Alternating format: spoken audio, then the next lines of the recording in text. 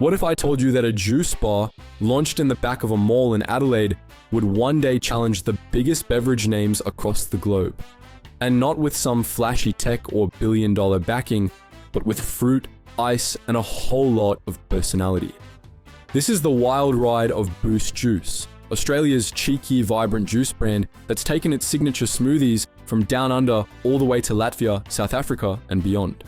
It's not just a tale of business success, it's a masterclass in branding, gutsy calls, and knowing your audience better than anyone else. So how did a homegrown Aussie juice bar become a global contender in the ultra-competitive world of food and beverage? Let's rewind to where it all began. It's the year 2000.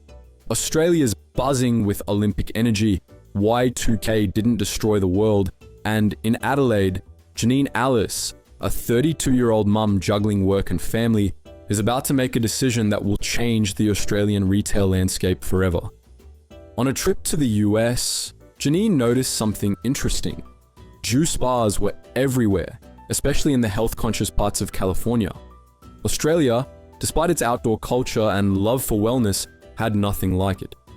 She saw the gap, and she moved fast. With no formal business training and zero experience in hospitality, she opened the first Boost Juice bar in a local shopping center. Just a small store, a few blenders, and a big belief that Aussies were ready for something fresher, healthier, and more fun. Turns out she was right. But Janine wasn't selling juice. She was selling energy, a feeling, a vibe. From day one, Boost didn't look or sound like your average health food spot. It was bright, loud, playful. The stores were designed to feel upbeat and welcoming, almost like a party in a blender. The staff? Trained to bring the energy. Every, "Hey, how's it going?" at the counter was part of a bigger strategy. Make people feel good, not just drink good. Even the product names were part of the charm. Mango Magic, All Berry Bang, Gym Junkie. They weren't clinical or overly health-focused. They were fun, approachable, and just a bit cheeky. This was branding 101, but done with personality, and it worked like a charm. Within a few years, Boost became more than just a place to grab a smoothie. It became a lifestyle stop, a cultural staple, a kind of health cult, without the weird robes. And once the brand had Australia hooked, things started moving fast. Boost went from one store to dozens, then to over 100 stores nationwide in just a few years. But for Janine, dominating Australia wasn't enough. She had her sights set on the world. Now, expanding overseas isn't exactly a walk in the park. Different countries mean different cultures, tastes, laws, even different ideas of what healthy means. So, when Boost launched in the UK and New Zealand in the early 2000s, there were high hopes, but also some hard lessons. In fact, their first attempts to crack the UK market were, by Janine's own admission, messy. The British consumer didn't immediately warm to the Aussie-style branding. Operational control overseas was tougher than expected. For a moment, it looked like Boost might have bitten off more than it could chew. But here's where the story gets interesting, because instead of retreating, they regrouped. Boost figured out that the key to international success wasn't about micromanaging from Australia, it was about franchising, finding passionate local partners who understood their own markets and could carry the Boost banner authentically. By switching to a franchise model, Boost was able to scale rapidly without overextending its own resources. Franchising gave them speed, local insight, and a way to adapt the brand without diluting its essence. That strategy paid off. Today, Boost operates in over 13 countries, including some surprising ones: Estonia, Latvia, Malaysia, South Africa, and the UAE. That's right, what started as a suburban juice bar is now blending berries in the Baltics. And they didn't do it by copying and pasting stores across the globe. They partnered smart, stayed flexible, and always led with brand identity. Of course, you can't talk about Boost without talking about Janine. She's not just the founder, she's been the face of the brand, and that's been a secret weapon. Over the years, Janine evolved from businesswoman to media personality, starring in shows like Shark Tank Australia, where her no-nonsense entrepreneurial grit inspired a new generation. But even as her profile grew, Janine stayed deeply involved in the business. Her leadership style was focused on culture, clarity, and staying grounded. Boost's HQ, called the Support Center, reflected that philosophy. It wasn't about corporate suits and red tape. It was about passion, pace, and staying true to the original mission. That authenticity bled into every store, every smoothie, every interaction. And it helped Boost keep its soul intact, even as it scaled globally.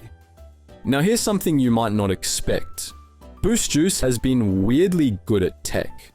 Long before apps were the norm in food retail, Boost launched its Vibe Club, a digital loyalty program that was fun, gamified, and way ahead of its time. Customers could rack up points, get freebies, and even access exclusive offers. It was part engagement tool, part data goldmine. Then came mobile ordering, app-based customization, and eventually, partnerships with delivery platforms like Uber Eats and Deliveroo. When COVID hit, Boost didn't scramble. They were already set up for contactless pickup and digital ordering. It's one of the reasons they've stayed so competitive. While other juice and health brands have struggled to modernize, Boost feels like a Gen Z brand. Agile, connected, and always a step ahead. Of course, being in the health space means you're riding the waves of constantly shifting trends. Low sugar one day, plant-based the next, collagen smoothies the week after. Boost hasn't tried to fight it. They've adapted. Their menu today reflects a much more health-savvy audience, offering protein-packed options, vegan-friendly blends, gut-friendly probiotics, and functional ingredients like maca, acai, and spirulina. But they've done it without losing their signature tone. It's still fun, it's still light, it still feels like Boost. They've also ramped up sustainability, replacing plastic straws, reducing waste, and working toward more eco-conscious packaging. Because in 2025, selling health means thinking about the planet too. Let's pause here for a sec and zoom out. Australia isn't exactly known for exporting massive food and beverage franchises. You've got Tim Tams, Vegemite, maybe a few coffee chains, but not global retail brands. So how did Boost Juice manage what so many others couldn't? It boils down to three things. First, brand consistency. Whether you walk into a Boost in Perth, Pretoria, or Prague, the core vibe is the same. Friendly, fresh, and fast. Second, smart franchising. Boost didn't try to do everything themselves. They empowered local players, which made global scaling not just possible, but sustainable. Third, relentless focus on customer experience. Every detail, from store layout to how staff greet you, has been designed to feel personal. That loyalty runs deep, and it's why people keep coming back.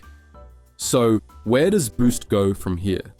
For starters, they're eyeing more growth in Asia and the Middle East, where demand for wellness-driven brands is skyrocketing. But beyond physical stores, they're thinking bigger, ready-to-drink products, snack lines, maybe even retail partnerships that put Boost on grocery shelves worldwide. On the tech side, expect more app features, more personalization, and smarter data use. Think AI-driven smoothie suggestions, targeted promos, and dynamic pricing based on your taste history. And through it all, the brand continues to evolve without losing its identity. A rare balance that most companies never quite get right.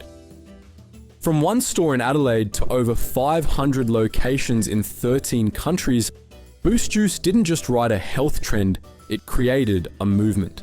And in doing so, it proved that with the right blend of guts, branding, and staying power, even a juice bar can become a global force. But what do you think? Let us know your thoughts in the comments section below and let's discuss.